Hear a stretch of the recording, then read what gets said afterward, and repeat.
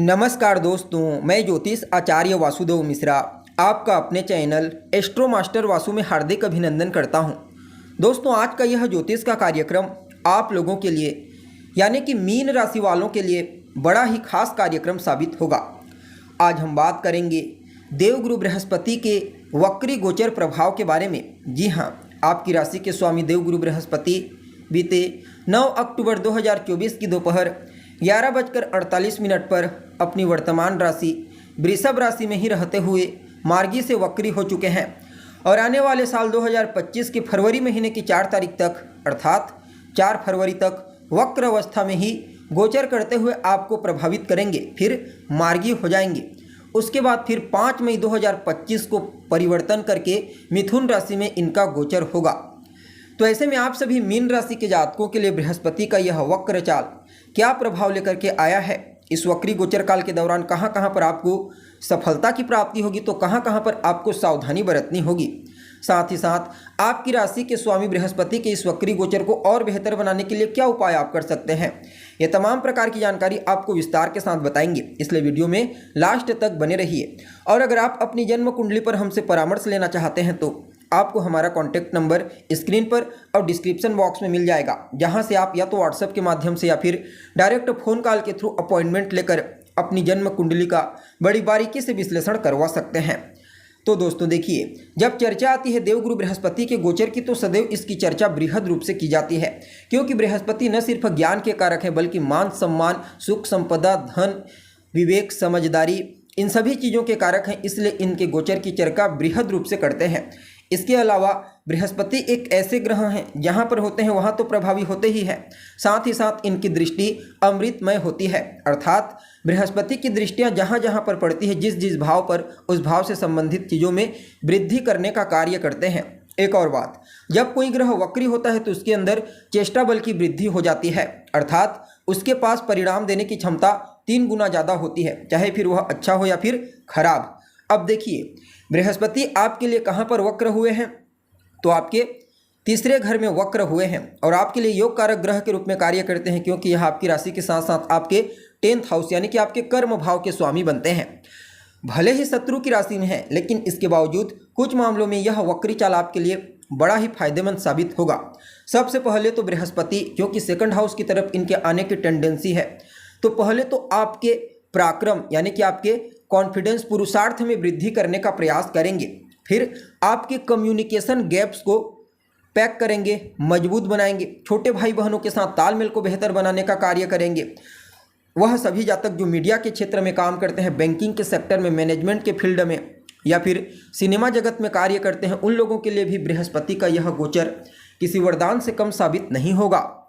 अब देखिए, बृहस्पति आपकी राशि और आपके कर्म भाव के स्वामी बनकर के 3rd हाउस से गोचर कर रहे हैं, तो आप इस वक्री गोचर काल के दौरान जितना ज़्यादा मेहनत करेंगे, पुरुषार्थ करेंगे, एफर्ट लगाएंगे, समझ लीजिए उतना ही ज़्यादा एक तरफ तो कार्य क्षेत्र में आपको सफलता मिलेगी, दूसरी तरफ आपकी पर्सनैलिटी में निखार आएगा।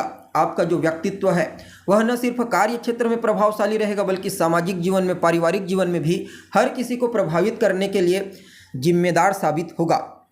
अब बृहस्पति आपके लिए कारक ग्रह होते हैं और देखा जाए तो 10th हाउस से यह जो ट्रांजिशन है षडाष्टक योग का हो रहा है, लेकिन इसके बावजूद करियर के दृष्टिकोण से इस गोचर को बड़ा ही उत्तम कहा जा सकता है। चाहे फिर आप व्यापार करते हैं या फिर किसी भी प्रकार से कोई नौकरी करते हैं, बस एफर्ट में किसी भी प्रकार से कोई कमी नहीं आने देना है। अब इनकी दृष्टियाँ कहाँ कहाँ पर पड़ रही है, तो तीसरे घर में है तो 5वीं दृष्टि आपके 7वें घर पर जा रही है और 7वीं दृष्टि आपके 9वें घर पर, जबकि 9वीं दृष्टि आपके 11वें घर पर जा रही है। अब बृहस्पति की 5वीं दृष्टि जहां एक तरफ आपके दाम्पत्य जीवन को बेहतर बनाएगा, अर्थात आपके वैवाहिक जीवन में खुशियां लाने का प्रयास करेगा, तो वहीं दूसरी तरफ व्यापारियों को श्रेष्ठ सफलता प्रदान करने वाला है। जी हाँ, चाहे फिर आप स्वतंत्र रूप से व्यापार करते हैं या फिर पार्टनरशिप में, बृहस्पति की 5वीं दृष्टि निश्चित तौर पर आपको स्थिरता प्रदान करेगी और वह सभी जातक जो अविवाहित हैं उनके लिए भी विवाह के कुछ अच्छे प्रस्ताव इस समय आते हुए नजर आ रहे हैं। कोई नया व्यापार भी आप शुरू करना चाहते हैं तो इस वक्री गोचर काल के दरमियान कर सकते हैं। बाकी जीवन साथी का सहयोग कदम कदम पर आपको मिलने वाला है। दोस्तों, यारों, रिश्तेदारों का भी फुल सपोर्ट आपको इस वक्री चाल के दरमियान प्राप्त होगा। सातवीं दृष्टि बृहस्पति की आपके भाग्य को मजबूती प्रदान करेगी, भाग्य का साथ आपको दिलाएगी। धर्म के क्षेत्र में, धार्मिक कृत्य, पूजा पाठ, अध्यात्म के क्षेत्र में आपकी रुचि को बढ़ाने का कार्य करेंगे और आप काफ़ी हद तक इन चीज़ों में इन्वॉल्व होकर के अपने आप को सुकून महसूस करेंगे एक अलग प्रकार का।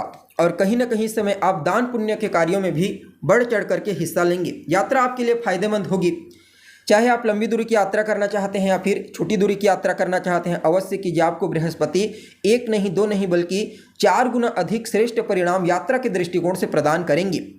सिर्फ इतना ही नहीं, इस वक्री गोचर काल के दरमियान बृहस्पति की कृपा से आपको अपने वरिष्ठ जनों का, गुरुजनों का विशेष आशीर्वाद, स्नेह प्राप्त होने वाला है। हर पहलू का अच्छे से निरीक्षण करके समझदारी और विवेक का इस्तेमाल करते हुए डिसीजन आप लेंगे। हर डिसीजन आपके फेवर में रहेगा। जी हाँ, इनकी 9वीं दृष्टि आपके 11वें स्थान यानी कि आपके लाभ भाव पर जारी है, तो कहना ही नहीं। स्वयं बृहस्पति धन के कारक होते हैं और लाभ स्थान को देख रहे हैं। भले ही निज दृष्टि जारी है, लेकिन इसके बावजूद आपके जीवन काल में धन आगमन के सोर्स को बढ़ाने का कार्य करेंगे। जहाँ से भी आपके पास धन का आगमन होता है वहाँ से तो आएगा ही, साथ ही साथ कुछ नए माध्यम धन आगमन के आपको प्राप्त होने की प्रबल संभावना नजर आ रही है। आपकी कोई अभिलाषा है, अधूरी इच्छा है जो लंबे समय से पूरी नहीं हो पा रही है, तो बृहस्पति की कृपा से आपकी वह अधूरी इच्छा भी इस समय पूरी होती हुई नजर आ रही है। बड़े भाई बहनों को भी काफ़ी हद तक करियर में बूस्टिंग प्रदान करने का प्रयास करेंगे।